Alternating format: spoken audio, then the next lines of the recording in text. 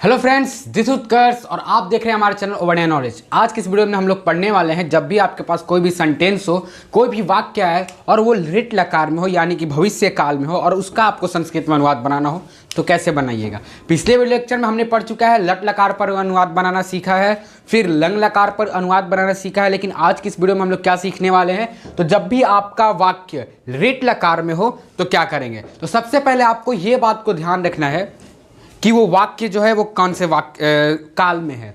यहाँ पे हम सब घर जाएंगे कौन से काल में है, भविष्यत काल में है, वर्तमान काल में है या फिर भूतकाल में। तो यहाँ पे सीधे से हम लोग को पता चल रहा है इस सेंटेंस के इस वाक्य के अंत में गा गेगी है यानी कि ये हमारा है भविष्यत काल में। तो देखेंगे इसके धातु सूत्र होते हैं। जैसे लट लकार का हमने धातु सूत्र पढ़ा था तीता अंति सीथा था आमी आवा अम। लंग लकार का धातु सूत्र पढ़ा था त ताम अन अ तम त अम आव अ। उसी प्रकार रिट लकार के धातु सूत्र है पुरुष यहाँ पे लिखा हुआ है, वचन लिखा हुआ है, एक वचन, द्विवचन और बहुवचन, उनके साथ कौन से धातुओं का यूज करना है, क्रिया का प्रयोग करना है वो दिया हुआ है। स्यति स्यत स्यन्ति, स्यसि स्यथ स्यथ, श्यामी स्याव श्याम। यहाँ पे आपको क्लियर दिखाई दे रहा होगा। तो इसके मदद से हम लोग अनुवाद बनाना सीखेंगे। तो पहला अनुवाद है हम सब घर जाएंगे। अब हम पहले ही बोल चुके हैं आपको और हमेशा से बोलते आ रहे हैं कि जब भी आपको किसी भी वाक्य को संस्कृत में अनुवाद बनाना हो तो आपको उसके संस्कृत में मतलब मालूम होना चाहिए। जैसे हम सब का संस्कृत क्या होता है, हम सब का संस्कृत होता है वयम। क्या होता है? वयम।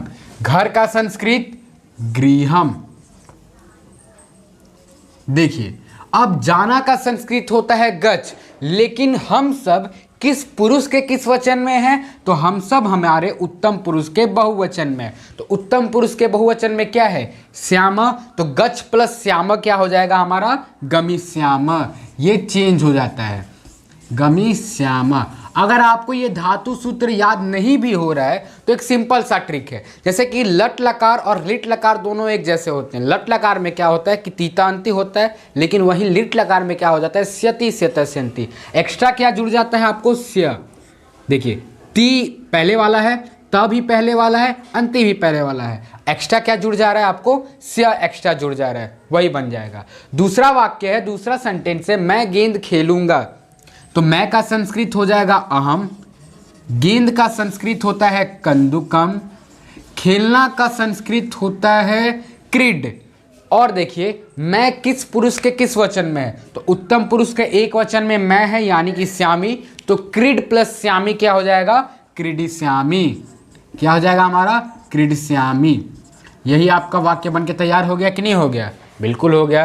तीसरा वाक्य अगर हम लोग देखेंगे कि तुम लोग किताब पढ़ोगे, तुम लोग का संस्कृत क्या होता है? त्वम मतलब तुम, तो युवाम मतलब तुम दोनों और यूयम मतलब तुम लोग। तो यूयम किताब का संस्कृत पुस्तकम और पढ़ना का संस्कृत पठ। लेकिन तुम लोग हमारे उत्तम पुरुष मध्यम पुरुष के बहुवचन में है। तो मध्यम पुरुष के बहुवचन में हमारा धातु क्या लगा हुआ है? स्यथ। तो क्या हो जाएगा? पठ प्लस स्यथ इज इक्वल टू पठिष्यथ। बन के तैयार हो गया। अब लास्ट जो सेंटेंस है हमारा वो है सीता वन जाएगी। सीता का संस्कृत सीता ही होगा।